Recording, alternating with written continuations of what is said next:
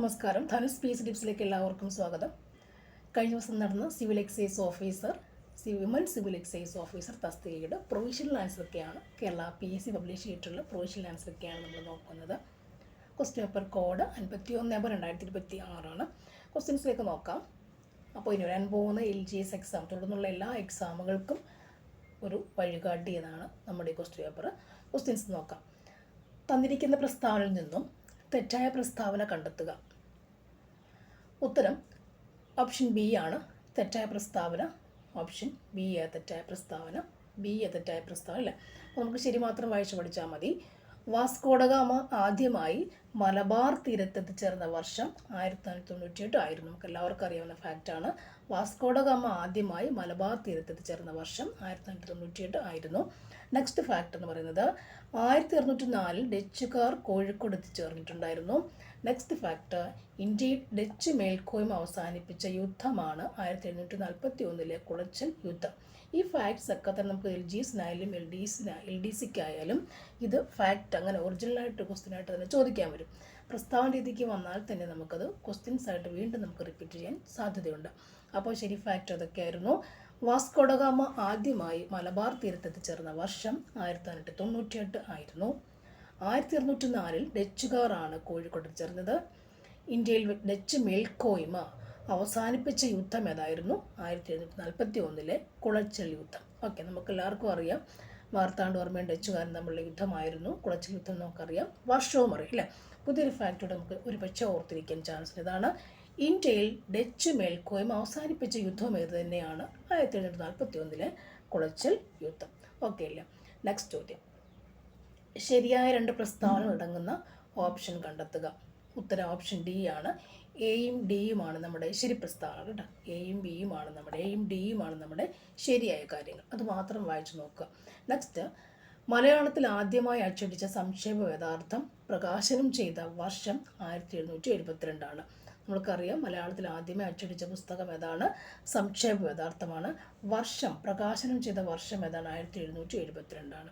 Next, ബേസിൽ evangelical mission കണ്ണൂരിലെ ബന്നശ്ശേരിയിൽ English school സ്ഥാപിച്ച വർഷം 1841 ബേസിൽ ഇവാഞ്ചലിക്കൽ മിഷൻ BEM കണ്ണൂരിലെ ബന്നശ്ശേരിയിൽ ഇംഗ്ലീഷ് സ്കൂൾ സ്ഥാപിച്ച വർഷം 1841 ആകുന്നു. ഓക്കെ, ബാക്കി 2 പോയിന്റ് നമുക്ക് ഡിസ്കഷന് പിന്നീട് വിടുന്നതായിരിക്കും. അടുത്ത ചോദ്യം. താഴെ കാണിക്കുന്ന സംഭവങ്ങളെ കാലഗണന അനുസരിച്ച് ക്രമീകരിക്കുക എന്ന് പറയുമ്പോൾ തന്നെ എന്താണ് കാലഗണന? പറയുമ്പോൾ വർഷം അറിയണം. വർഷം അറിഞ്ഞെങ്കിൽ മാത്രമേ നമുക്ക് ഉത്തരം കണ്ടെത്താൻ പറ്റുള്ളൂ. ഇവിടെ ഒന്നാമത്തെ ഫാക്റ്റ്, ബോംബെ ഡെക്കാൻ മേഖലകളിൽ ഇംഗ്ലീഷ് ഈസ്റ്റ് ഇന്ത്യ കമ്പനി ആദ്യമായി പരിഷ്കാരം നടപ്പിലാക്കുന്നു. അടുത്തത്, ബ്രിട്ടീഷ് പാർലമെൻറ്റ് റെഗുലേറ്റിംഗ് ആക്ട് നടപ്പിലാക്കുന്നു അല്ലേ. റെഗുലേറ്റിംഗ് ആക്ടിൻ്റെ വർഷം നമുക്കറിയാം 1773 ആണല്ലേ. റെഗുലേറ്റിംഗ് ആക്ടിൻ്റെ വർഷം ഇയർ എന്ന് പറയാം 1773 റെഗുലേറ്റിംഗ് ആക്ട് എന്ന് പറയാം. അപ്പോൾ അത് നോക്കാം. ഒന്ന്, പിന്നത് English east India company Bengal സ്ഥിര നികുതി സമ്പ്രദായം നടപ്പിലാക്കുന്നു. നെക്സ്റ്റ് പോട്ടെ, സന്താളുകളുടെ കലാപം പൊട്ടിപ്പുറപ്പെടുകയാക്കിയത് എന്താണ്? അപ്പോൾ ആ സന്താൾ കലാപം എന്ന് പറയുമ്പോൾ ഇപ്പോൾ വർഷം ഏതാണ്? 1855 സന്താൾ കലാപം 1855 അല്ലേ. സിദ്ധു കാനൂനൊക്കെ ഓർമ്മ വരും. 1855 സന്താൾ കലാപം എന്ന് പറയാം. അപ്പോൾ 2 വർഷം ഏകദേശമുണ്ട് അല്ലേ. 2 വർഷം ഏകദേശം. ഉത്തരം ശരിക്കും എന്തായിരിക്കണം അല്ലേ? നമുക്ക് നോക്കാം. ഓപ്ഷൻ ബി ആണ് ഉത്തരം. അതായത് ഈ 1873 വരുമ്പോൾ അത് തന്നെയാണ് ആദ്യം വരിക. ബ്രിട്ടീഷ് പാർലമെൻറ്റ് റെഗുലേറ്റിംഗ് നടപ്പിലാക്കുന്നു. ആദ്യം അതാണ്. നെക്സ്റ്റ് ആണ് ഇത് വരിക. ഇത് സ്ഥിര നികുതി എന്നുള്ളത് BC ആണ് വരിക. ദെൻ A വരുന്നു.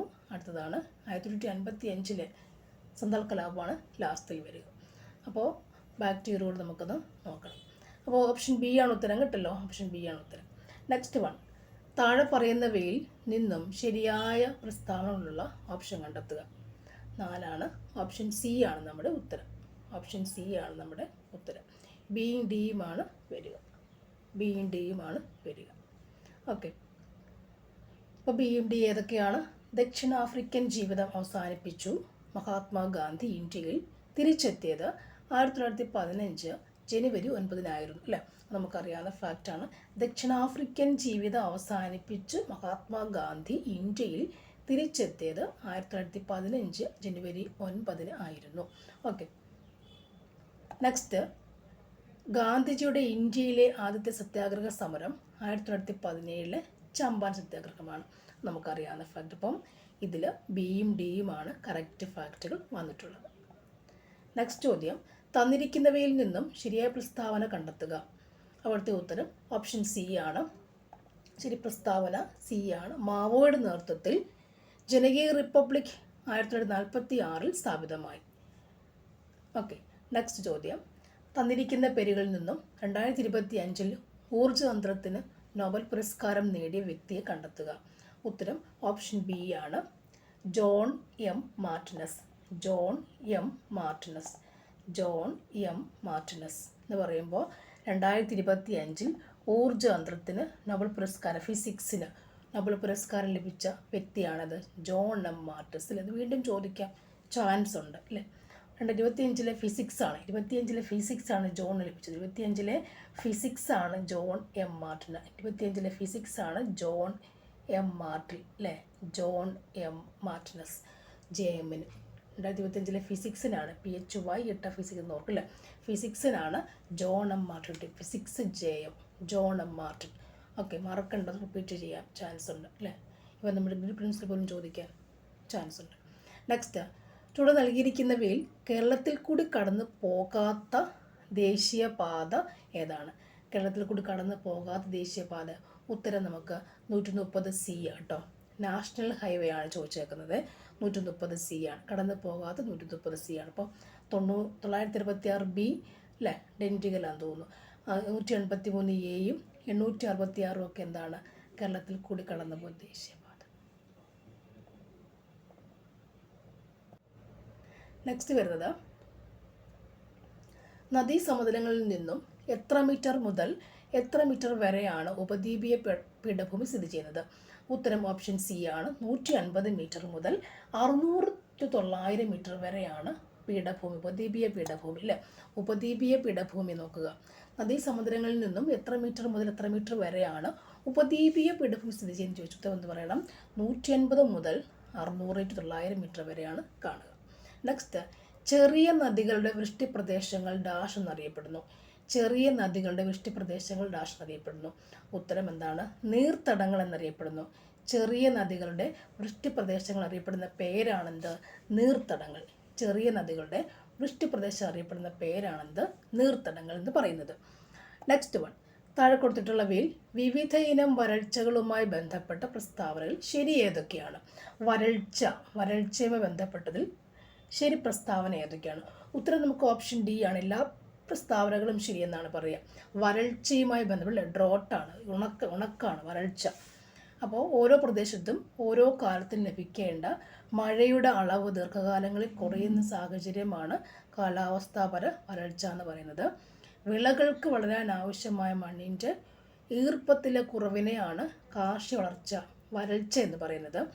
വിവിധ സംഭരണികളിലും ജലഭ്യതകൾ, തടാകങ്ങൾ, അണക്കെട്ടുകൾ തുടങ്ങിയവയിലും വർഷണത്തിന് പുനഃസ്ഥാപിക്കാൻ കഴിയുന്നതിലും താഴേക്ക് ജലലഭ്യത കുറയുന്നതുമാണ് ജലപീഠ ശോഷണ വരൾച്ച. വരൾച്ചയെക്കുറിച്ചുള്ള 3 ഫാക്റ്റുകളും ശരിയാണ്. നെക്സ്റ്റ് വൺ, ഭൂമിശാസ്ത്രത്തിൽ മേഖലാ സമീപനത്തിൻ്റെ ഉപജ്ഞാതാവ് ആരാണ്? ഭൂമിശാസ്ത്രത്തിൽ മേഖലാ സമീപനത്തിൻ്റെ ഉപജ്ഞാതാവ് ആരാണ്? ആൻസർ ഓപ്ഷൻ ഡി ആണ്. കാർ റിട്ടർ ആണ്. ഭൂമിശാസ്ത്രത്തിൽ മേഖലാ സമീപനത്തിൻ്റെ ഉപജ്ഞാതാവ് കാർ റിട്ടർ ആണ്. ഉയരം കൂടുന്നതിനനുസരിച്ച് അന്തരീക്ഷ ഊഷ്മാവ് കൂടി വരുന്ന അവസ്ഥയെ ഡാഷ് എന്നറിയപ്പെടുന്നു. ഉയരം കൂടുന്നതിനനുസരിച്ച് അന്തരീക്ഷ ഊഷ്മാവ് കൂടി വരുന്ന അവസ്ഥയെ പറയുന്ന പേരാണ് ഉത്തരം താപവിപര്യനം. വിപര്യം അല്ലേ. വാക്കുകളൊക്കെ നമുക്ക് ഇംഗ്ലീഷ് വാക്കുകളാണ് പരിചയം കൂടുതൽ, അതുകൊണ്ടല്ല അങ്ങനെ വരിക. താപവിപര്യം എന്നാണ് പറയുക. ഉയരം കൂടുന്നതനുസരിച്ച് അന്തരീക്ഷത്തിൻ്റെ ഊഷ്മാവും കൂടി വരുന്ന അവസ്ഥയാണെന്ത്? താപവില്ലേ. ഉയരം കൂടുമ്പോൾ ഹില്ലാണെങ്കിലും എന്താണ്? അന്തരീക്ഷ ഊഷ്മാവ് കൂടിക്കൊണ്ടേയിരിക്കുക. അതാണെന്ത്? താപവിപര്യം എന്ന് പറയുന്നത്. നെക്സ്റ്റ്, ചേരുംപടി ചേർക്കുക എന്നുള്ളതാണ്. ദശവർഷ പദ്ധതി, ഗാന്ധിയൻ പ്ലാൻ, ദേശീയ ആസൂത്രണ കമ്മിറ്റി, ബോംബെ പ്ലാൻ അല്ലേ. വലിയ കുഴപ്പമില്ല. ആൻസർ ഓപ്ഷൻ സി ആണ്. ദശവർഷ പദ്ധതി അല്ലേ. അപ്പോൾ 10 വർഷം. ദശവർഷ പദ്ധതി എം വിശ്വേശ്വരയ്യയുടെയാണ്. ദശവർഷ പദ്ധതി ഏതാണ്? എം വിശ്വേശ്വരയ്യയുടെയാണ് പദ്ധതി. നെക്സ്റ്റ്, ഗാന്ധിയൻ പ്ലാൻ നമുക്കെന്തറിയാം? NS അഗർവാൾ അല്ലേ. 44 NS അഗർവാളിൻ്റെ ആണ് ഗാന്ധിയൻ പ്ലാൻ എന്ന് പറയാം. നെക്സ്റ്റ് ദേശീയ ആസൂത്രണ കമ്മിറ്റി അത് അദ്ദേഹത്തിൻ്റെ ജവഹർലാൽ നെഹ്റുവിൻ്റെയാണ് ദേശീയ ആസൂത്രണ കമ്മിറ്റി. Then Bombay plan JRD Tata, Bombay plan ടാറ്റയുടെയാണ്. അപ്പോൾ ഇതിൻ്റെ ഓതേഴ്സിനെ ചോദിച്ചേക്കുന്നില്ലേ. ദശവർഷ പദ്ധതി ആരുടേതാണ്? വിശ്വേശ്വരയ്യ. ഗാന്ധിയൻ പ്ലാൻ ആരുടേതാണ്? NS അഗർവാളിൻ്റെയാണ്. ദേശീയ ആസൂത്രണ കമ്മിറ്റി ജവഹർലാൽ നെഹ്റുവിൻ്റെയാണ്. ബോംബെ പ്ലാൻ ആരുടെയാണ്? JRD ടാറ്റയുടെയാണ് ബോംബെ പ്ലാൻ, അറിയാമല്ലോ. അപ്പോൾ അതിൻ്റെ വർഷമല്ല, നമുക്ക് അതിൻ്റെ ഓതേഴ്സിനെയാണ് ഇല്ല, ആരാണ് ഓതേഴ്സ് അല്ല, ആരാണത് ഫൗണ്ടേഴ്സ് ആരാണത് അറേഞ്ച് ചെയ്യുക, അല്ലെങ്കിൽ ആരാണ് അതിനെ ക്രോഡീകരിച്ച ആരാണ്, ഉദ്ഘാടനം ചെയ്ത ആരാണ്, അതിൻ്റെ ഉടമസ്ഥരാരാണ് ഇല്ല എന്നുള്ള ചോദ്യമാണ്. അടുത്ത ചോദ്യം, ലോകത്തിലെ ഏറ്റവും വലിയ ഇരുമ്പ് ഖനിയായ കറജാസ് മൈൻ ഇരുമ്പ് ഖനി സ്ഥിതി ചെയ്യുന്ന രാജ്യം എവിടെയാണ്? ലോകത്തിലെ ഏറ്റവും വലിയ ഇരുമ്പ് ഖനിയായ കറജാസ് മൈൻ സ്ഥിതി ചെയ്യുന്നത് എവിടെയെന്ന് ചോദിച്ചാൽ നമുക്കൊന്ന് ഉത്തരം പറയാൻ പറ്റും. ഉത്തരം ഓപ്ഷൻ ഡി ആണ്, ബ്രസീലാണ് കേട്ടോ, ബ്രസീലാണ്. ഇരുമ്പ് ഖനിയായ കറജാസ് മൈൻ ബ്രസീലാണ്. തന്നിരിക്കുന്ന സൂചനകളുടെ അടിസ്ഥാനത്തിൽ സ്ഥാപനത്തിൻ്റെ പേര് കണ്ടെത്തുക. സ്ഥാപനത്തിൻ്റെ പേര് ഇപ്പം എന്തൊക്കെയാണ്? 1982 നിലവിൽ വന്നു. കാർഷിക മേഖലാ വികസനം, ഗ്രാമീണ മേഖലാ വികസനം, ഗ്രാമീണ വായ്പകളുടെ ഒരു ഉന്നത സ്ഥാപനവുമായിരുന്നു. 82 എന്ന് പറയുമ്പോൾ നമുക്ക് എന്ത് കത്തുന്നുണ്ട്? ഓപ്ഷൻ സി നബാർഡ് അല്ലേ. ബാക്കിയുടെ പിന്നെ നോക്കിയാൽ മതി. 82 എന്ന് പറയുമ്പോഴേ നബാർഡ് കത്തും, ബാക്കിയും കൂടെ പക്ഷെ നോക്കണം അല്ലേ, എന്നിട്ടാണ്. ഓക്കെ, അപ്പോൾ നബാർഡാണ്. കാർഷിക മേഖല, ഗ്രാമീണ വായ്പകളുമൊക്കെ നബാർഡുമായി ബന്ധപ്പെട്ട കാര്യങ്ങളാണ്. ഓർത്ത് വെക്കുക, മൈൻഡിൽ മനസ്സിൽ ഉറപ്പിച്ച് വെക്കുക. നെക്സ്റ്റ്, ഹരിത വിപ്ലവവുമായി ബന്ധപ്പെട്ട് താഴെ കൊടുത്തിരിക്കുന്ന യോജിക്കാത്ത പ്രസ്താവന. യോജിക്കാത്തെന്ന് പറയുമ്പോൾ ഏതാണ്? ഉത്തരം ഞാൻ പറയാം. ഓപ്ഷൻ ഡി, ഇവയൊന്നും യോജിക്കാത്തതല്ലേ അല്ല എന്നുള്ള. കാരണം ഹരിത വിപ്ലവം എന്ന് പറയുമ്പോൾ ഹരിത വിപ്ലവം ധനികരായ കർഷകർക്ക് ഗുണം ചെയ്തു. ഓക്കെ, അത്യുൽപാദന